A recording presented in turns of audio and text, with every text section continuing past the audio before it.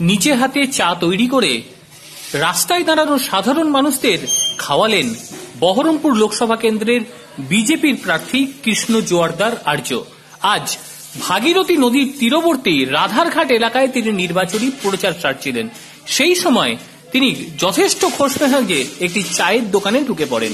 তারপর সেখানে নিজে হাতে চা তৈরি করে দলীয় কর্মীদের খাওয়ায়, সঙ্গে পথ চলতি মানুষদের খাওয়ায় এবং নিজের প্রচার করেন। তিনি চান প্রত্যেকটি বুথে যেন কেন্দ্রীয় বাহিনী ছাড়ে। এছাড়াও তিনি অধীর চৌধুরীকে বলেন ঘুণ ধরা বটগাছ। জেতার ব্যাপারে আত্মবিশ্বাসী কৃষ্ণ জোয়ারদার আর কি জানালেন, চলুন শুনেনি তার বক্তব্য। বিনয় রায়ের রিপোর্ট, এনটিভি WB।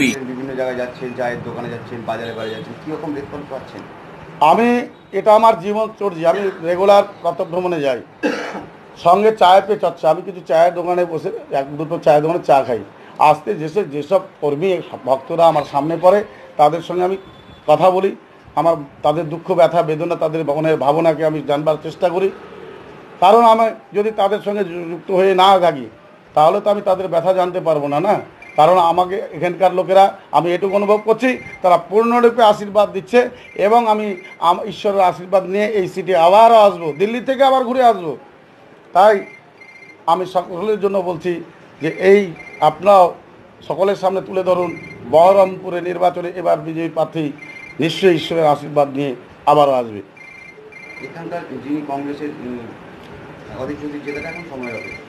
দেখুন, একটা বৃহৎ বটগাছকেও ছোট ছোট উই পোকা শেকড় কাটতে কাটতে এমন পরিস্থিতি, ওই বটগাছও ভাবে আমি ওদের প্রচণ্ড আসছি, সামান্য একটু ঝোঁকাতেই ও পড়ে যায়।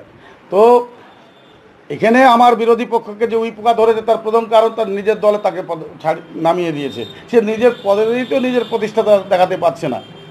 2 নম্বর কোশ্চিন হচ্ছে, এখানকার জনসাধারণ যে বিজেপিকে গ্রহণ করেছে তারা হয়তো কংগ্রেসের ঝান্ডা ধরছে না, তারা তৃণমূলের লোকেরা হয়তো বিজেপির ঝান্ডা ধরছে না, কিন্তু আমি নিশ্চিত ব্যালট বক্স খুললেই প্রকৃত সত্যটা আপনারা জানতে পারবেন।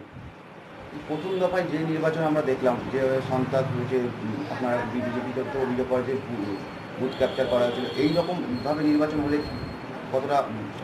আমি কিন্তু ওই ভোটের জন্য যাব না। আমি ডিস্ট্রিক্ট ম্যাজিস্ট্রেটকে এর আগে বলে দিয়ে এসেছি, আমার প্রত্যেকটা বুথ স্পর্শকাতর। আমি প্রত্যেকটা বুথেই কেন্দ্র বাহিনী চাই। আপনারা যদি তার মধ্যে আমার তো বিশেষ করে কিছু বিডিও, SDO, SP এরা ডাইরেক্ট তৃণমূলের কাজ করছে, আমি লিখে দিচ্ছি। এগুলো থেকে আপনি আমার কর্মীদের রক্ষা করবেন। যদি না করেন, দেখুন ঈশ্বর উপরে আছে। আমি মানুষ, মুখে একটা কথা বললাম, আজ তৃণমূল জিতলে আপনার পদোন্নতি হতে পারে, এর বেশি কিছু হতে পারে না। কিন্তু আপনি যদি বেঈমানি করেন, আপনার প্রশাসনকে অপব্যবহার করেন, ঈশ্বর এমন সাজা আপনাকে দিবে, জিন্দেগি ভর চোখের জলে ভাসবেন আর প্রস্তাব করবেন যে এটা আমি ঠিক করিনি। আমি একজন সৎ কথা বলছি, ডাইরেক্ট বলবেন। শুধু কেউ নয়, আমার এগেনস্টে যদি কেউ অন্যায় অপব্যবহার করে তার প্রতিদান সে স্পষ্ট হয়। সে SP হতে পারে, DSP হতে পারে, DM হতে পারে, বা অন্য রাজনৈতিক নেতা হতে পারে। কারণ আমরা আর্টিফিশিয়াল সন্ন্যাসী নয়, আমরা প্র্যাকটিক্যাল। আপনারা আমার জীবনচরিত্র আপনারা সদা সর্বদা দেখছেন। যে আপনি সরকারি আপনাদের বিরুদ্ধে অভিযোগ করছেন, এটা কি লিখিত আকারে নির্বাচন কমিশন? অবশ্যই। আমি সময় পাচ্ছি না, তাই না তো এখনো 25-30 কমপ্লেন বেশি হয়ে যেত।